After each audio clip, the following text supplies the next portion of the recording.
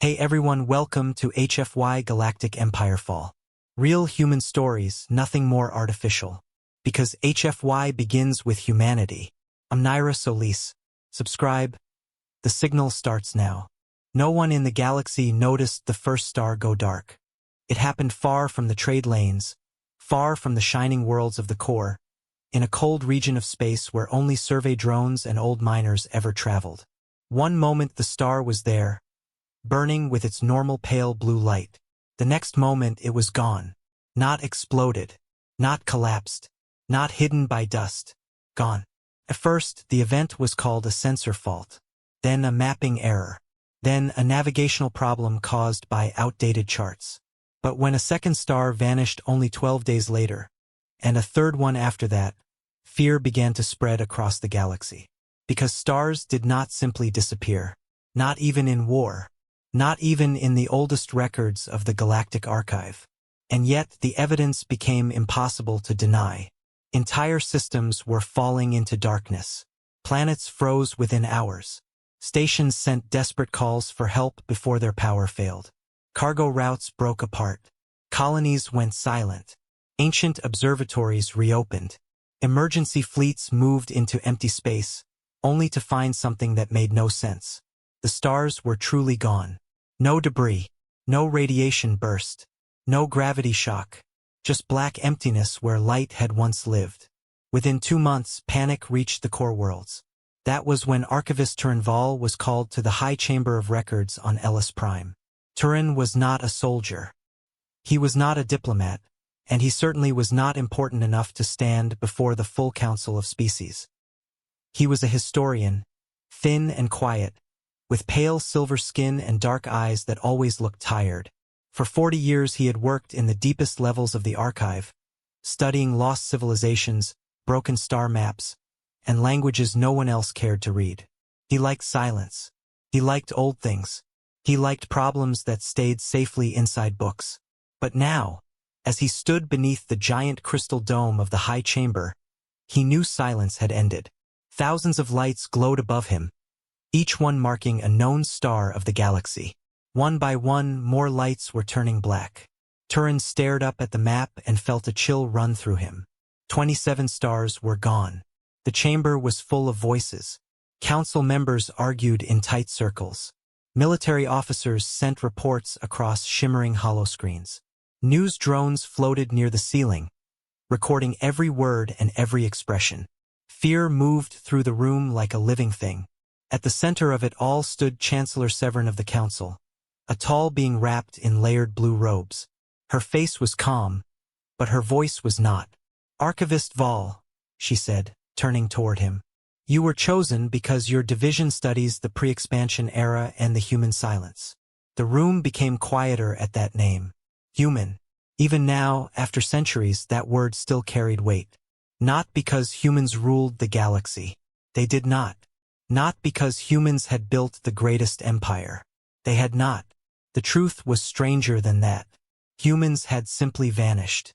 Centuries ago, when the first great age of expansion began, humanity had spread fast across border regions, old spiral arms, and unstable frontier zones.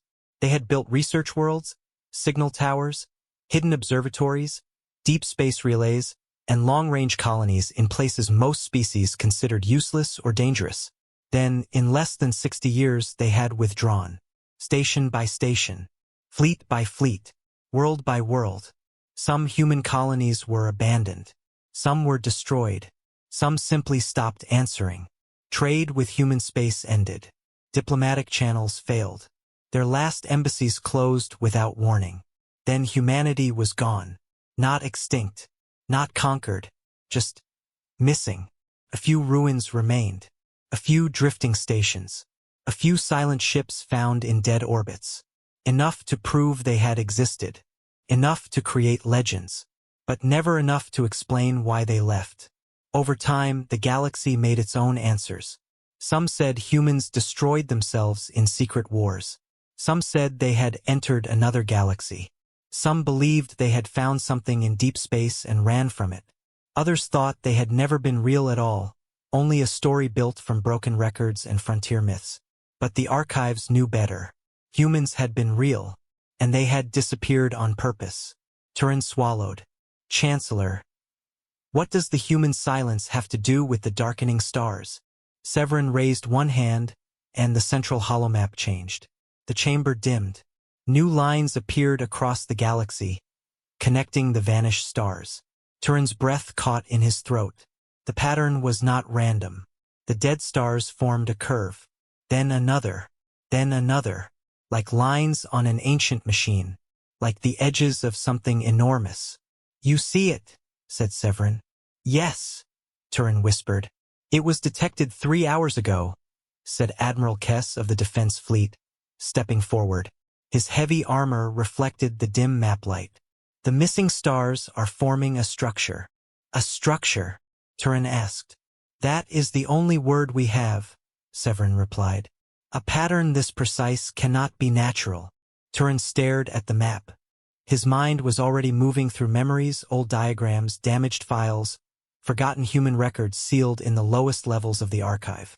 Curves, nodes, anchor points. A line from an old fragment suddenly returned to him. When the lamps go out, the gate will close. His heart began to pound. Where did that pattern come from? He asked. Severin looked at him carefully. That is what we need you to tell us. For a moment, Turin did not answer. He was no longer seeing the chamber. He was seeing a broken metal plate he had found 20 years earlier in Storage Vault 9. It had come from an abandoned human outpost near the Perseus Reach. Most of the writing on it had been burned away, but one small section survived in Old Standard Human. At the time, the words had made no sense. Now they felt like a warning. He looked up at the dead stars on the map again. And for the first time in his life, Turin felt true fear.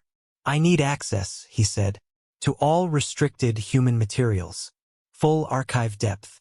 No delay. You shall have it, said Severin. And I need one more thing. What? A ship, the chamber murmured. Admiral Kess narrowed his eyes. You are a historian. Yes, said Turin. And I believe history is about to kill us. The room fell silent again. That was how Turin Vall found himself, 6 hours later, aboard the survey cruiser Lantern of Isker, heading toward one of the dead systems at the edge of the dark zone. The ship was small by military standards but fast. It carried scanning arrays, long-range probes, and a nervous crew who had been told almost nothing.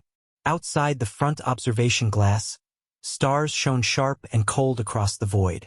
For now, Turin sat in the mission chamber with piles of projected documents floating around him.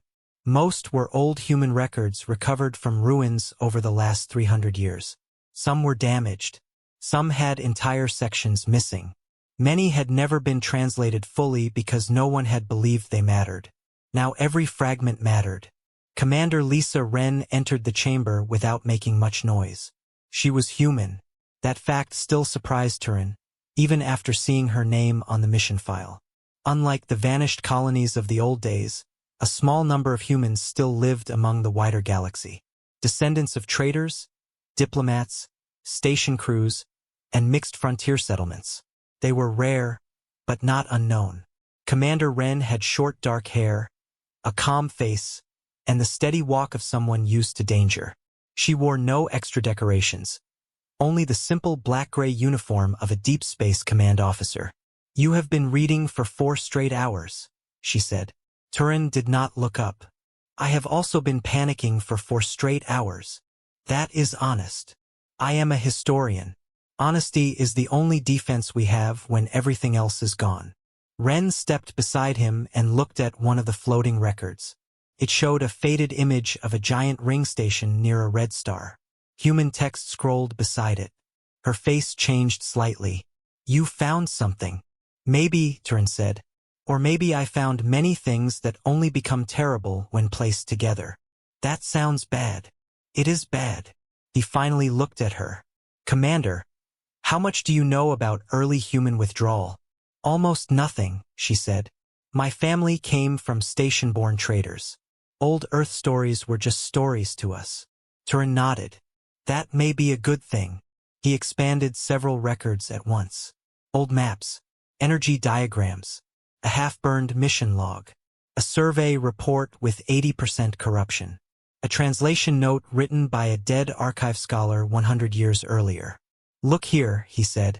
At first these seemed unrelated. Frontier stars, deep field relays, observation sites, emergency supply worlds.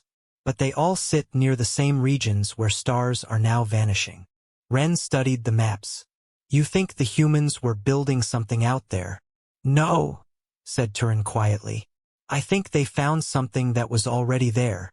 Ren looked at him. What kind of something? Turin hesitated. Then he pulled forward the metal plate translation. Only one line was complete. If the outer stars fail, do not reopen the road. Ren read it twice. Her calm expression did not change much, but Turin saw her jaw tighten. Road? She asked. I do not know, he said, but I found the same word in other fragments. Road, gate, corridor, lock. You think the dark stars are opening something. I think the dark stars were the lock. A warning tone sounded through the ship. Both of them looked up. The intercom came alive with the voice of the sensor chief. Commander to bridge. Immediate. Ren moved at once. Come with me. Turin followed her through the narrow halls of the cruiser as warning lights flashed in soft amber. Crew members stepped aside to let them pass. No one spoke. When they reached the bridge, the main screen was already focused on the target system. System designation. Neuralis 14. Formerly a white dwarf with 3 outer colonies and 1 mining station. Now it was nothing. Not darkened. Not dim. Empty. Even from long range, the absence felt wrong. Space where a star should be did not look natural. It looked cut out. Hollow. Like a wound in the universe. Status, Ren said. The sensor chief swallowed. We are still outside safe range, Commander, but there is an energy reading. Weak. Artificial. Coming from the station. Any life signs? None. Ren glanced at Turin. The station still has power after the star vanished? Impossible, said one officer. No, Turin said softly. Not impossible. Prepared. Ren turned. Take us in. The lantern of Isker moved closer. As the ship crossed the edge of the dead system, the bridge temperature dropped by 2 degrees. Then 4. Frost touched the outer corners of the forward glass despite the shield field. Static whispered through the speakers. One of the crew muttered a prayer under his breath. The mining station appeared ahead at last, a small metal shape drifting near the black center where its sun should have been. All external lights on the station were off, except one. A single red beacon blinked near the docking ring. Slow, steady, waiting. Turin stared at it and felt his blood turn cold, because he recognized the pattern. 3 short flashes. 2 long. 3 short. It was not a distress call. It was an old human priority marker. And according to every surviving archive law, it meant only one thing. Quarantine. Do not enter. But before Turin could speak, the station rotated slightly, and something on its outer hull caught the bridge lights. A symbol, worn by age, half burned away, still visible enough to read. A human seal. And beneath it, in Old Standard Human, 6 words no one on that bridge wanted to see. Constellation lock. Node 01 active. No one moved. No one breathed. Then the sensor board screamed. Another star had just gone dark. Inside the pattern. Much closer than before. And somewhere in the freezing blackness beyond the station, something enormous began to wake. The warning on the screen stayed there like a wound. Constellation lock. Node 01 active. No one on the bridge spoke for several seconds. The only sounds were the low hum of the engines, the sharp breathing of the crew, and the slow pulse of the red quarantine beacon ahead. Then the sensor chief looked up from his console, his face pale. Commander, the gravity field in the system is changing. Lisa Wren turned at once. Changing how? It is not stable anymore. The missing star left behind a pattern. Not natural gravity. It is moving. He hesitated, then forced himself to continue. Something is building in the empty space. Turin felt his hands go cold. Not building. Returning, he thought. He stepped closer to the main display. The black region where the star had been now showed faint lines of distortion. They bent the background light around them. At first they looked random. Then the bridge computer sharpened the image. Curved arcs. Massive ones. Like the edge of a circle too large to fully see. Lisa noticed his expression. "What is it?" Turin spoke slowly. "The pattern on the map. The vanished stars were not just points. They were nodes. Anchor points. This system. This may be one of the edges." "Edges of what?" asked the weapons officer. Turin looked at the darkness and answered with the only truth he had. "I do not know." That was the worst answer of all. Commander Wren made a fast decision. "Hold position outside docking range. Launch 2 probes. One toward the station. One toward the distortion field." The crew moved at once. On the side screen, 2 small probe drones left the ship and drifted into the frozen darkness. Turin kept staring at the station. It was only an old mining platform, built to circle a white dwarf and harvest rare matter from its outer shell. Without its star, it should have been dead already. No light, no heat, no power. But it was not dead. That meant someone had prepared it for this moment, or had expected this moment. He moved quickly back to the mission chamber, with Wren following close behind. The rest of the bridge crew remained at their posts, tracking the probes. Inside the chamber, Turin pulled up more human records. His hands moved faster now. Files opened in layers around him. Old emergency protocols, construction reports, frontier engineering manuals, a list of restricted projects from the late human expansion era. Wren watched as lines of damaged text floated in the air. "You think this station is part of a larger network?" "I am past thinking," Turin said. "I am now deeply afraid. That makes 2 of us." He highlighted a recovered document from a ruined human observatory.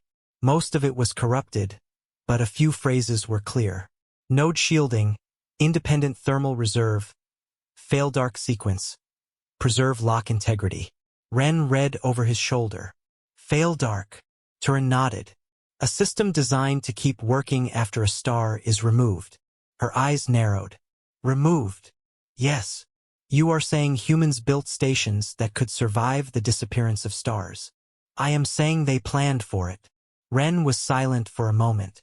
Then she asked the question neither of them wanted answered. "Did they cause it?"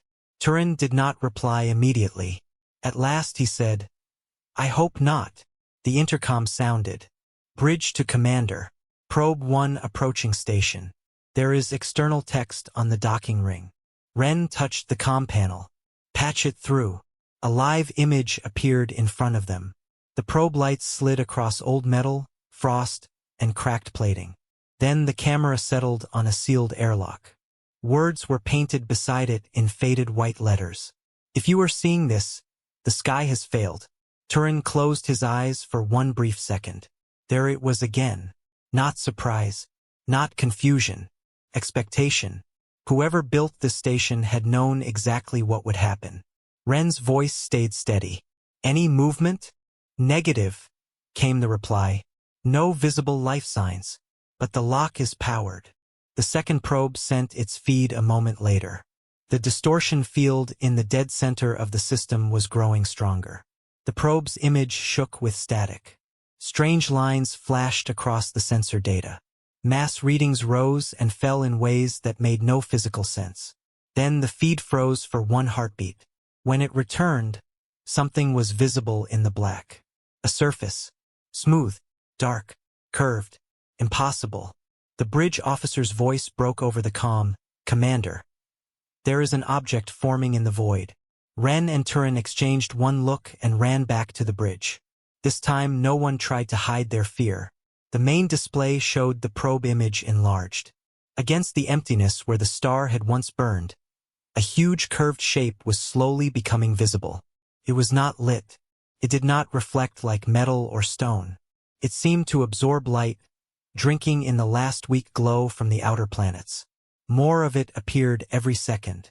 A rim, then a section of inner wall, then giant structures attached to it like teeth. Turin's mind searched desperately for comparison, But nothing in normal space was built at that scale. It looked like a gate the size of a star. The sensor chief whispered, "By the void!" Lisa Wren took a step toward the screen. "Can we estimate the full size?" "No, Commander. It extends beyond the current distortion boundary." Turin felt his heartbeat hammering in his ears. The vanished stars were not the disaster. They were part of a machine. Or worse, part of a prison. At that moment, a new signal appeared on the board. The station was transmitting. Not the red quarantine pulse now. A direct encrypted burst aimed at the lantern of Isker. "Can we decode it?" Wren asked. The communications officer worked fast. "It uses an old human structure. Primitive but layered. I can strip the outer shell." He paused. "There. Audio only." Wren nodded. "Play it." The bridge speakers clicked. For a second there was only static. Then a human voice filled the room. Old, calm, tired. "This message is for any vessel entering Lock Node 1 after stellar failure. If you are hearing this, then containment has begun to collapse." Every eye on the bridge turned toward the speaker. The voice continued. "My name is Dr. Elias Mercer, Systems Director of the Constellation Lock Program. Timestamp uncertain. Primary stars already lost. Backup protocols active. If the node remains stable, do not approach the central aperture. I repeat, do not approach the aperture." Turin stared at the speaker as if it might answer him directly. Mercer's voice crackled, but did not stop. "The lock was built to hold the corridor closed. We believed the outer stars would remain stable for at least 7,000 years. We were wrong." Wren spoke softly. "Corridor?" The voice went on. "If human command no longer exists, then this warning passes to whoever remains. The darkening is not an attack. It is a release event. The stars are being consumed because the barrier between real space and the transit channel is failing." The comm officer looked lost. "Transit channel?" Turin answered without looking away. "A road." Dr. Mercer sounded like a man speaking after many sleepless days. "We did not build the corridor. We found it. It is older than any known civilization. Older than our species. It crosses the galaxy beneath normal space like a buried river. Long ago, something came through it. We do not know its name. We only know what it leaves behind." The recording broke with static, then returned. Dead systems. Silent worlds. Empty light. No one on the bridge moved. The old voice kept speaking. "Humanity did not disappear. Humanity withdrew. We took the frontier because that was where the old entrances were. We closed what we could. We hid the rest. We abandoned our empire, our colonies, our titles because none of it mattered next to the lock." Turin felt a deep pressure in his chest. For centuries the galaxy had asked where the humans had gone. Now, piece by piece, the answer was arriving. They had not run from the galaxy. They had stood between the galaxy and something else. Mercer's voice grew weaker. "If this node has activated, then other locks may already be failing. Seek the central key archive." "Seek." The audio cut out in a burst of noise. Then silence. The bridge remained silent with it. Finally one officer whispered, "Humans spent centuries guarding that thing?" Turin replied in a low voice, "It seems they spent centuries sacrificing everything to keep it shut." Commander Wren straightened. "Can we restore the rest of the message?" The comm officer shook his head. "File corruption is severe. That may be all we get." Turin forced himself to think. Central key archive. It sounded like a command center or perhaps a master control point. If the lock network still existed, then maybe it could be stabilized. Maybe the stars could stop vanishing. Or maybe they were already too late. The sensor board suddenly flashed red. "Commander!" the chief shouted. "Object movement inside the aperture." The main display zoomed toward the giant forming ring in the darkness. What had looked like random shadows inside it were now shifting. Something was moving behind the black surface. Not one thing. Many. Long shapes sliding through deeper darkness. Wren's voice sharpened. "Magnify." The image expanded until the whole bridge could see it clearly. They were ships. At least they had the shape of ships. But they were unlike any vessel in the known galaxy. No bright engines. No heat bloom. No running lights. Their surfaces were thin and sharp like bones. But they moved with the smooth silence of living creatures underwater. They were still inside the aperture. Waiting. Watching. The bridge air felt colder than before. One of the younger crew members took a step back. They are on the other side. No, Turin said quietly. He did not know how he knew, but the truth settled over him all at once. They are already halfway through. Commander Wren gave her next orders without hesitation. Full retreat vector. Raise shields. Recall both probes. The helmsman grabbed his controls. Then the station transmitted again.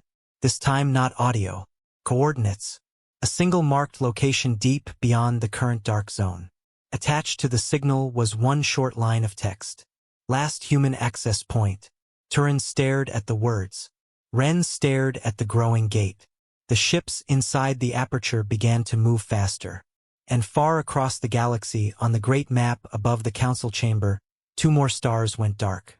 The bridge of the Lantern of Iskar was silent except for the warning alarms. Red lights blinked across the control panels. Outside the forward glass, the dead system looked even darker than before. The giant ring structure in the empty space where the star had once been was growing clearer every second. The aperture was opening. And inside it, the strange bone-shaped ships were beginning to move. Commander Lisa Wren kept her voice calm, even though everyone on the bridge could feel the tension. Status report. The sensor chief swallowed. His hands moved quickly across the screen. The distortion field is increasing. The structure is stabilizing. I believe the gate is becoming fully active. How long until it opens completely? Wren asked. The officer hesitated. Possibly minutes, maybe less. Turin felt a heavy weight settle in his chest. Minutes. That was not enough time to understand anything. He looked again at the message that had appeared from the station. Last human access point. And below it, the coordinates. That location was far beyond this system. It was deep inside the darkening region of space where several stars had already vanished. Place no ship should enter. Commander Wren noticed his expression. You know something. Turin shook his head slowly. Not something. Only a possibility. Speak. Turin looked at the giant gate again before answering. Dr. Mercer said the humans built the constellation lock to close the corridor. If the lock is failing, then the network must have a central control system. You think that coordinate leads to it? Yes. And if it does? Then it may be the only place left that can stop this. For a moment Wren did not respond. Behind her, the main screen showed one of the alien ships slowly crossing the edge of the aperture. It was long and narrow. Its surface looked almost organic. And it moved without any engine flame. The weapons officer spoke in a low voice. Commander, that vessel just exited the gate. The room became colder. Turin stared at the image. The strange ship did not attack. It did not change course. It simply drifted slowly into real space, as if testing the water after a long sleep. Another one followed it. Then another. The sensor chief began to panic. There are dozens of them still inside the aperture. Commander Wren raised her hand. No weapons lock yet. Observe only. She turned to Turin again. If we go to that human access point, what do you think we will find? Turin answered honestly. Either the key to the lock, or the last place humans tried to stop whatever is coming through that gate. Wren nodded once. That was enough for her. Helm, she said firmly. Plot a jump course to the coordinates from the station message. The helmsman looked shocked. That location is inside the dark zone. I am aware. And the gate is opening behind us. I am aware of that too. He hesitated. Then he nodded and began calculating the jump. Meanwhile, the sensor chief spoke again. Commander, the alien vessels are scanning the system. Wren looked back at the screen. One of the strange ships had turned slowly toward the mining station. Its surface glowed faintly with a deep violet light. Lines of energy spread across its hull like veins. What kind of technology is that? One officer whispered. Turin shook his head. I do not know. But Dr. Mercer said something came through the corridor long ago. You think these are the same beings? Maybe. Another officer added quietly. Or maybe these are their scouts. That thought made the air on the bridge even heavier. If these ships were only scouts, then something much larger might still be coming. The sensor alarms suddenly changed tone. The chief looked down quickly. Commander, one of the alien vessels is moving toward us. Everyone turned to the main display. The strange ship had indeed changed direction. Slowly, deliberately, it was now gliding through space toward the Lantern of Iskar. Distance? Ren asked. 8,000 kilometers and closing. Speed? Very slow. Turin watched the vessel carefully. Something about its movement felt strange. It was not aggressive. It was curious, like a creature examining something new. The comm officer suddenly spoke. Commander, we are receiving a signal. Ren frowned. From the alien ship? Yes. What kind of signal? The officer stared at the screen in disbelief. It is a language pattern. The bridge crew looked at each other. Language? Ren asked. Yes. Mathematical structure. Basic communication format. Turin stepped closer. Put it on screen. The officer obeyed. A set of simple symbols appeared in the air. Shapes, lines, numbers. The message repeated itself again and again. Turin studied it carefully. It was primitive, almost like the first messages young civilizations sent into space. But the structure was intelligent. They are trying to talk to us, he said. The bridge fell silent again. Commander Ren crossed her arms. That is unexpected. The weapons officer spoke quietly. They came through a giant gate that is destroying stars? And they want to talk? Turin nodded slowly. Perhaps they do not realize what the gate is doing. Or perhaps they do not care, he thought. The alien message changed again. This time the shapes formed a clear pattern. 3 symbols appeared. A star, a line, and a circle. Then the pattern repeated. Star, line, circle, star, line, circle. Turin's eyes widened. That is not random. What does it mean? Ren asked. Turin pointed to the screen. The star is their origin. The line is the corridor path. The circle. He stopped. Ren waited. The circle represents our galaxy. The bridge grew very quiet. The alien ship sent the pattern again. Star, line, circle. Then a new symbol appeared. A triangle. The comm officer spoke nervously. Commander. The signal strength just increased. The alien ship was now much closer. Only 4,000 kilometers away. The strange violet energy lines across its surface were brighter. It was still not firing weapons. But it was definitely watching them. Ren spoke calmly. Can we respond to the message? The comm officer nodded. Yes, but we must keep it simple. Turin leaned forward. Send the same symbols back. Star, line, circle. Then add one more symbol. What symbol? Ren asked. Turin hesitated. Then he said, human. The officer quickly constructed the message and transmitted it. For a few seconds nothing happened. Then the alien ship stopped moving. Its violet lights flickered. And the reply arrived. The same pattern appeared on the screen again. Star, line, circle, human. Then a new symbol appeared beneath it. A spiral. Turin stared at the spiral. Something about it felt familiar. He quickly searched the archive database.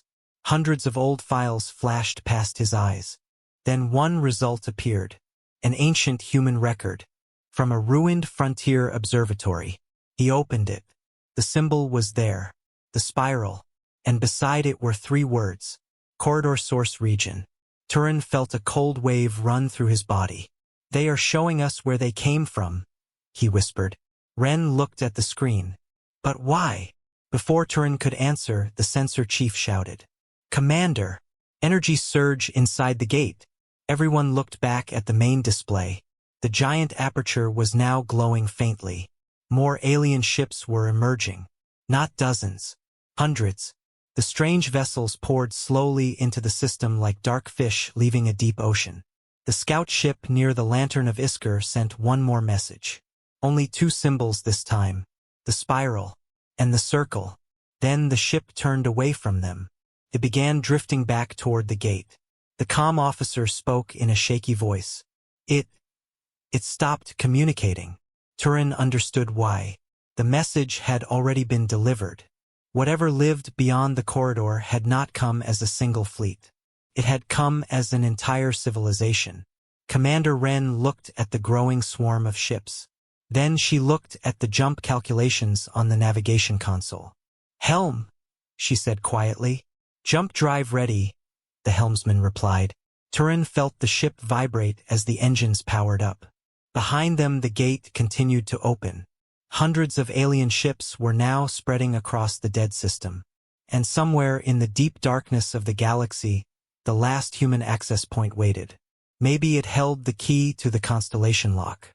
Maybe it held the final message humanity had left behind. Or maybe it held nothing at all. Commander Wren took one last look at the gate. Engage jump. The stars outside the ship stretched into lines of white light. In one instant the Lantern of Isker vanished from the dead system. But far behind them, the giant corridor gate continued opening wider. And deep inside it, something far larger than the scout fleet began moving toward the light. The jump through hyperspace lasted only a few minutes. But for the crew of the Lantern of Isker it felt much longer. No one on the bridge spoke much. The ship moved silently through the blue tunnel of folded space while every person on board thought about the same thing. Hundreds of alien ships had already crossed into the galaxy. And something even bigger had begun moving behind them. Commander Lisa Wren stood at the front of the bridge, watching the hyperspace field swirl outside the glass. Turin Val sat beside the sensor console, studying the coordinates they had received from the abandoned human station. The last human access point. It was located deep inside a region of space that had once been known as the Outer Silence. Few ships had ever traveled there. Most star charts showed almost nothing in that region.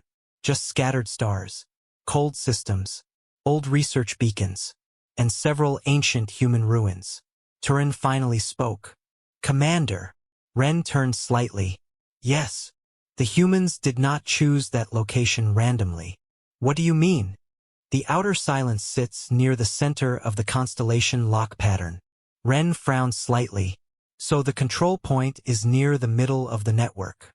"Exactly. And if the lock system still works, then that location might control the entire barrier." The bridge grew quiet again. If that was true, the fate of the galaxy might depend on what they found there. The navigation officer suddenly spoke. "Jump exit in 10 seconds. The blue hyperspace tunnel began to fade. Stars slowly returned outside the ship. Then the Lantern of Isker dropped back into normal space. Immediately the bridge lights dimmed. The system ahead looked strange. There was a star here, but it was very old. A red giant. Its light was weak and dark orange, casting a dull glow across the empty system. Several rocky planets drifted slowly around it. But something else filled the space between them. Huge structures. Commander Wren stepped forward.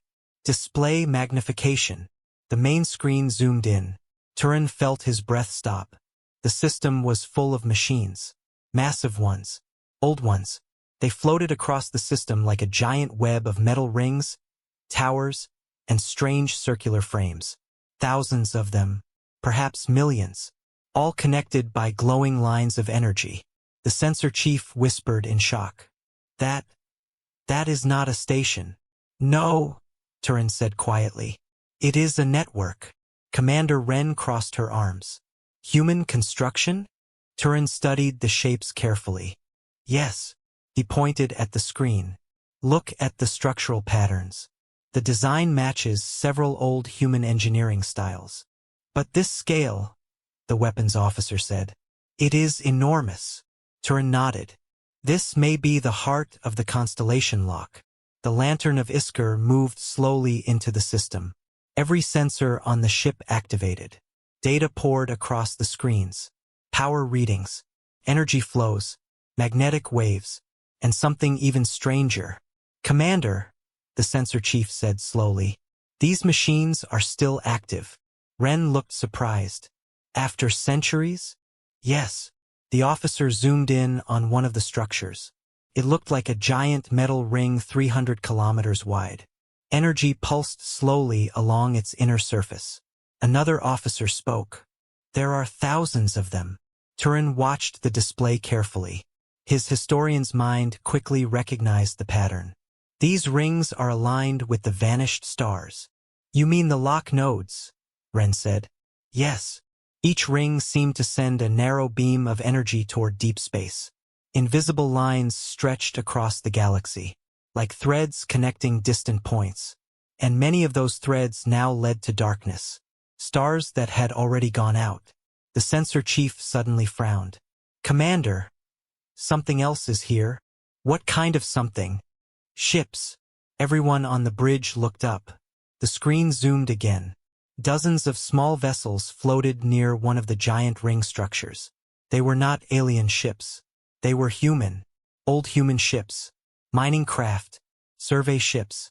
Transport vessels. All of them were damaged. All of them looked abandoned. Turin stared at them carefully. These ships are centuries old. Ren spoke quietly. You think they were the last humans working on the lock? Most likely. Then where did the crews go? No one answered that question. The lantern of Isker continued drifting deeper into the system. Then the comm panel suddenly lit up.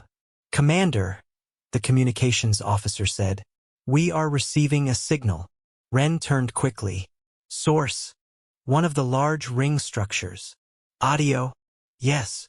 Play it. The bridge speakers clicked. For a moment there was only static. Then a calm mechanical voice filled the room. Access point detected. The crew looked at each other. The voice continued. Unknown vessel entering control system perimeter. Turin leaned forward. That is not a recording. The voice spoke again. Identify yourselves.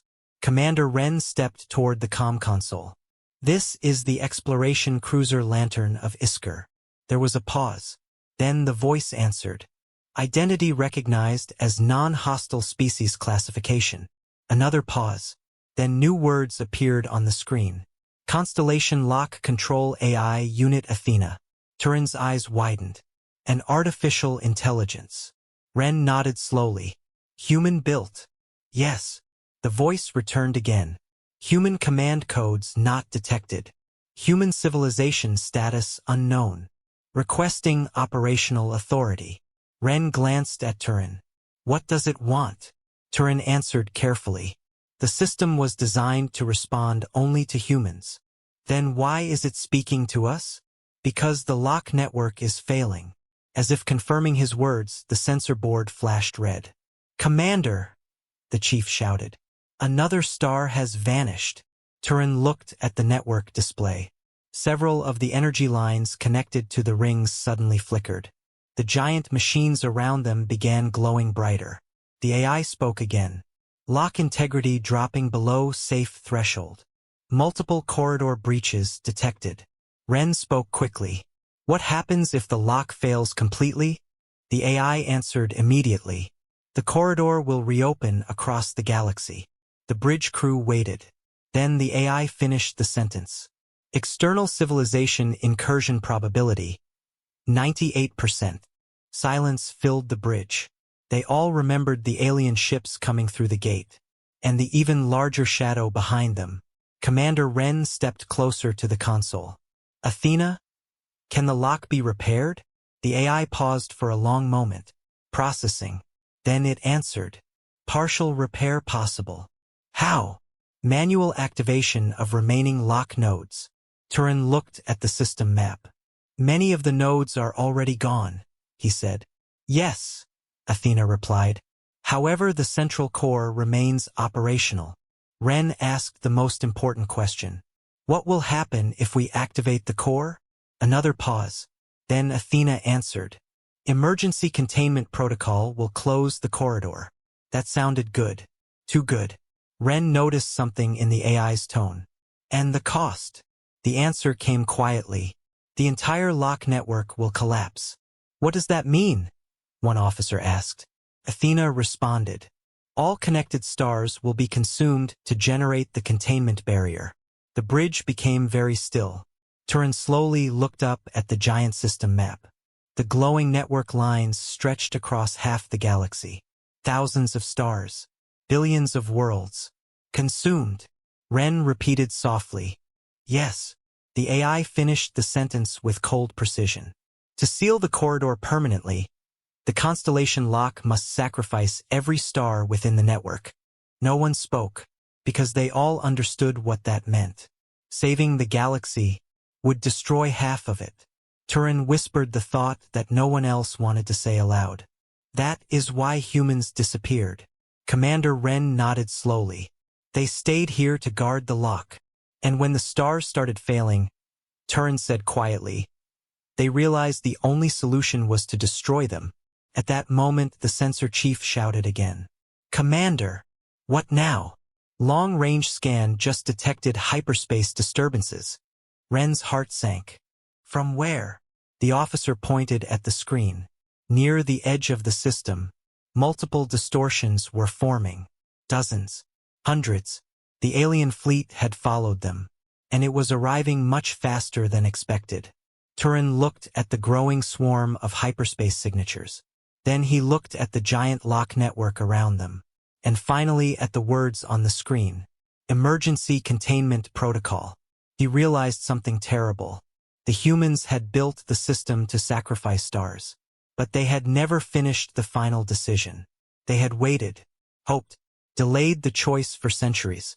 Now the choice had returned, and this time, someone would have to press the button. The bridge of the Lantern of Isker was completely silent. Every person on board stared at the system map floating above the command console. Thousands of glowing lines stretched across the galaxy. Each line connected a distant star to the constellation lock network. And Athena's message still hovered beside the map. Emergency Containment Protocol. Sacrifice required. All connected stars. Turinval felt his chest tighten. That was the secret humanity had been guarding for centuries. Not a weapon. Not a hidden empire, but a terrible choice. Destroy thousands of stars, or allow the corridor to open. Commander Lisa Ren looked at the incoming hyperspace signals. More and more alien ships were appearing on the sensors. The first wave would arrive within minutes. The scout vessel they had seen earlier was probably guiding the rest. The galaxy had just learned something terrifying. Humanity had not vanished. Humanity had been standing guard. Ren spoke calmly, even though the tension on the bridge was heavy. Athena, how long until the alien fleet reaches this system? The AI answered instantly. Estimated arrival, 4 minutes. The weapons officer whispered. That is not enough time to prepare defenses. We are not here to fight them, Ren replied. Turin looked at the giant map again. If the emergency protocol was activated, thousands of stars would vanish. Entire civilizations could be lost. Colonies, stations, worlds that had nothing to do with the corridor. He spoke quietly.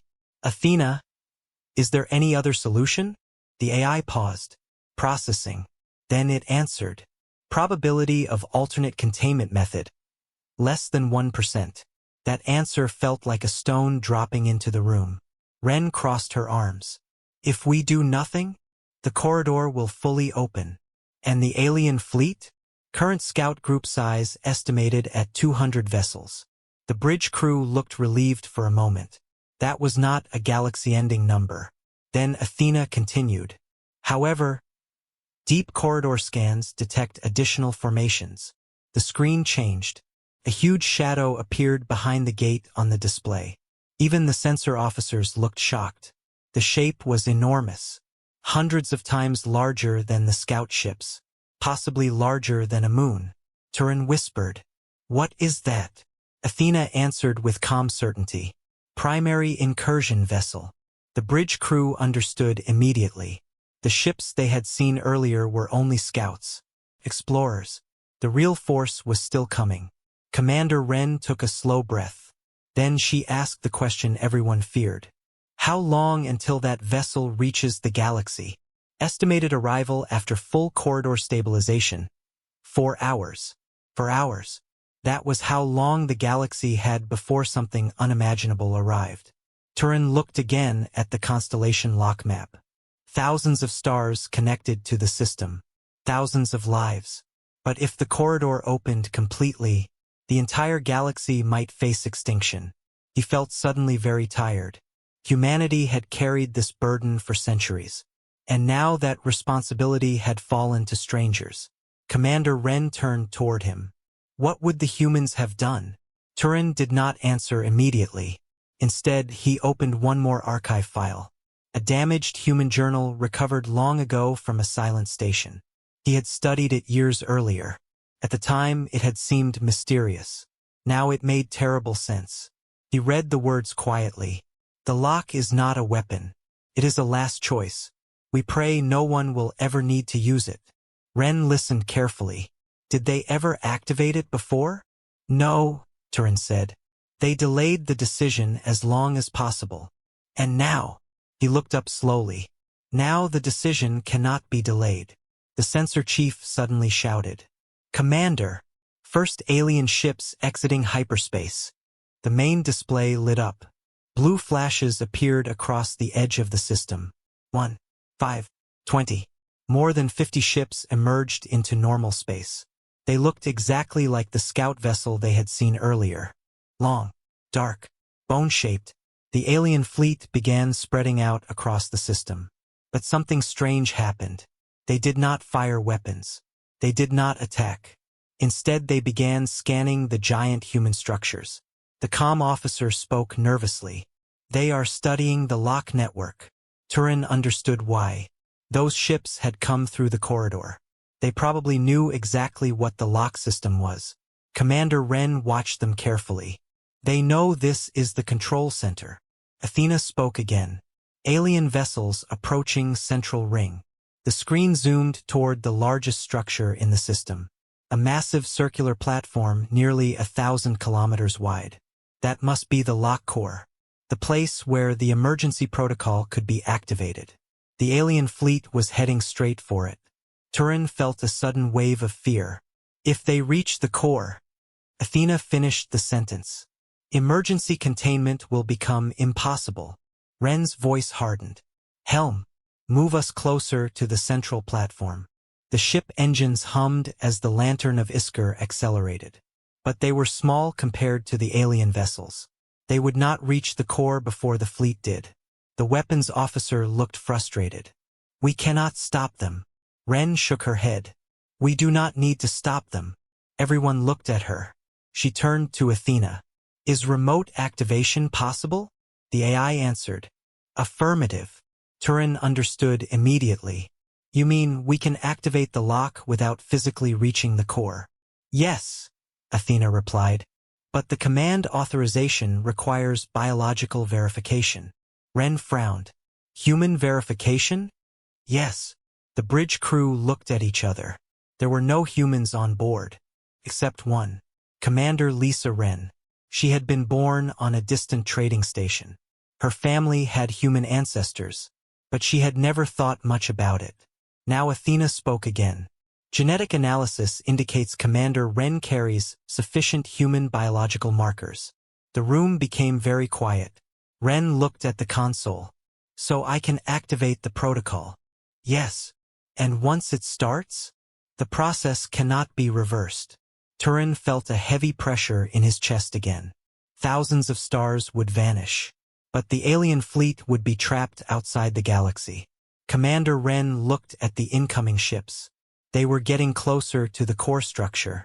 Some of them had already begun scanning the control platform. The alien civilization clearly understood what the lock system was. They would not allow it to activate. Wren made her decision. Athena, prepare the containment protocol. The bridge crew froze. The AI responded. Authorization pending. Wren stepped forward and placed her hand on the console. The screen glowed. A genetic scanner activated. A soft light moved across her palm. Human genetic signature confirmed. Turin watched her carefully. This was the moment humanity had feared for centuries. The moment someone would have to choose. Ren looked at the system map one last time. Thousands of stars. Thousands of lives. But if she did nothing, something far worse would enter the galaxy. She spoke quietly. Begin emergency containment. Athena answered instantly. Protocol accepted. The map changed. Energy began flowing through the constellation lock network. One by one, the giant ring structures in the system started glowing bright white. Across the galaxy, distant nodes awakened. The alien fleet suddenly reacted. Several ships turned toward the Lantern of Iskar. They had realized what was happening. The weapons officer shouted. Alien ships accelerating. Ren did not move. Athena, status? Containment sequence starting. The giant core ring outside the ship began rotating slowly. Energy beams shot outward into deep space. Far away, stars connected to the network began flickering. Turin watched the map in horror. The sacrifice had begun. But at that exact moment, the sensors detected something impossible. The massive shadow inside the corridor had suddenly accelerated. Much faster than before. The alien civilization had realized what the humans had built, and their largest vessel was now racing toward the galaxy. It would arrive before the lock fully closed. The bridge of the Lantern of Iskar shook as the constellation lock activated. Outside the ship, the giant rings in the system were blazing with white energy. Long beams of light shot across space like giant threads. Each beam connected to distant stars far across the galaxy. The containment sequence had begun. Commander Lisa Ren stood at the console, her hand still resting on the glowing control panel. Athena's calm voice echoed through the bridge. Emergency containment protocol active. Lock network synchronizing. On the main display, the system map was changing rapidly. Small flashes appeared across distant regions of the galaxy. Those flashes marked stars connected to the network. And one by one, those stars began to dim. Turinval watched in silence. He knew exactly what it meant. The constellation lock was drawing energy from those stars, preparing to seal the corridor forever. But the sensors were also showing something else. Something terrifying. The massive alien vessel inside the corridor was moving faster than expected. Much faster. The sensor chief's voice shook. Commander. The primary incursion vessel has increased speed again. Ren looked at the display. The enormous shadow inside the gate had grown clearer. It was not just a ship. It was a structure. A living structure. The surface moved like flowing metal. Thousands of smaller vessels were attached to its sides. Turin whispered. That thing is larger than a moon. Athena confirmed. Estimated length, 2,000 kilometers. The bridge crew stared in disbelief. A vessel that size could destroy planets. Commander Ren turned to the AI. How long until the lock closes? Containment barrier formation. 9 minutes. The sensor officer spoke quickly. Commander, the incursion vessel will reach the gate in 5 minutes. The room became silent again. Everyone understood the numbers. 5 minutes. 9 minutes. The alien ship would arrive before the barrier closed. Turin looked at the screen. If that vessel entered the galaxy, it might break the containment field from inside. Humanity had built the lock to stop fleets. Not something that large. Commander Ren spoke calmly. Athena. If that vessel crosses the barrier before the sequence finishes, what happens? The AI answered immediately. Containment failure probability, 94%. Turin closed his eyes for a moment. Humanity had sacrificed everything to hold the corridor shut. But the enemy had returned with something even stronger. The alien fleet near the lock core began moving again. Several ships accelerated toward the giant ring structures. They were trying to disrupt the network. Weapons Officer Malik shouted. They are firing. Bright violet beams flashed across the screen. One of the human rings exploded into fragments. Another ring lost power. Athena's voice remained calm. Lock integrity dropping. Turin felt the pressure in his chest grow heavier. If too many rings were destroyed, the barrier might never complete. Commander Ren made a quick decision. All weapons online. Malik looked surprised. Our weapons cannot destroy those ships. I know, Ren said. But we can slow them. The Lantern of Iskar was not a warship, but it carried several defense cannons. The ship turned sharply toward the nearest alien vessel. Fire! Blue energy bolts shot across space. They struck the alien ship's hull. The strange bone-like structure glowed for a moment. Then the ship turned slightly.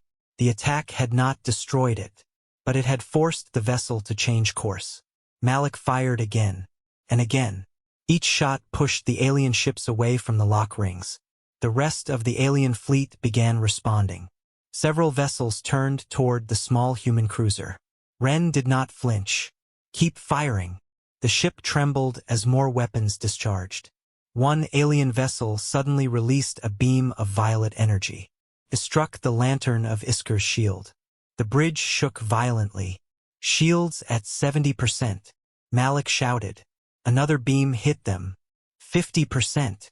Turin held onto the console as the ship rocked again. The alien fleet had finally decided to attack. But something strange happened. The massive incursion vessel inside the corridor slowed down. Turin noticed it immediately. Commander. The large vessel just reduced speed. Ren looked at the sensor screen. Why? Athena spoke. Corridor instability detected. The containment energy flowing through the lock network was affecting the gate itself. The giant ship inside the corridor could feel it. The barrier was forming faster than expected. The alien vessel had realized something. If it rushed forward too quickly, it might be trapped halfway inside the gate. Malik shouted again. Commander! Alien ships retreating from the core. The screen showed the scout vessels pulling back. They were moving away from the ring structures. Perhaps they had realized the lock sequence could not be stopped anymore. The massive shadow inside the gate slowed even further. The alien civilization had made its own calculation. Cross the barrier now and risk destruction, or retreat and survive. Commander Ren watched the display carefully. Athena status. Containment barrier formation. 60%. Across the galaxy, more stars dimmed. The lock network grew brighter. Energy lines stretched across space like a glowing web. The giant gate in the dead system flickered. The alien vessel hovered at the edge of the corridor entrance. For several long seconds, nothing moved. Then the impossible happened. The enormous ship began moving backward. Slowly, deliberately, Turin stared in shock. They are retreating. The alien civilization had made its decision. They would not risk losing their greatest vessel. The giant structure slid deeper into the corridor. The scout fleet followed it. One by one, the strange bone-shaped ships disappeared back through the gate. Commander Ren watched the retreat in silence. Then Athena spoke again. Containment barrier formation. 90%. The gate collapsed suddenly. The giant aperture shrank as if space itself were closing a wound. Energy surged across the constellation lock network. The final stars connected to the system flared brightly. Then their light vanished. For a moment the entire galaxy seemed to hold its breath. Then the sensors went quiet. No more distortions. No more corridor energy. The gate was gone. The lock had closed. The alien civilization had been sealed outside. The bridge crew slowly realized what had happened. Malik lowered his hands from the weapons console. The sensor chief stared at his screen. Commander! The corridor is gone. Athena confirmed. Emergency containment complete. Turin finally sat down. The tension left his body all at once. The galaxy had survived. But the cost had been enormous. Thousands of stars had disappeared forever. Entire regions of space had gone dark. Commander Ren looked at the system map. Half the glowing lines were now gone. The constellation lock network had sacrificed itself. The remaining rings around them slowly powered down. Old machines that had worked for centuries finally fell silent. Athena spoke one last time. Human mission complete. The AI paused. Then its voice softened slightly. Guardianship transferred. Ren looked at the console. Transferred to who? The answer appeared on the screen. Galactic civilization. Turin looked at the quiet stars outside the ship. For centuries, the galaxy had wondered where the humans had gone. Now they finally understood. Humanity had stepped away from the galaxy to protect it. They had stood alone between two universes. And when the final moment came, they had trusted someone else to finish the task. Commander Wren took a slow breath. Send a message to the council. What should it say? The comm officer asked. Wren looked at the dark map of vanished stars. Then she answered quietly. Tell them the truth. Turin nodded slowly. The galaxy would never look at humanity the same way again, because the stars had gone dark. And the reason why had finally been revealed.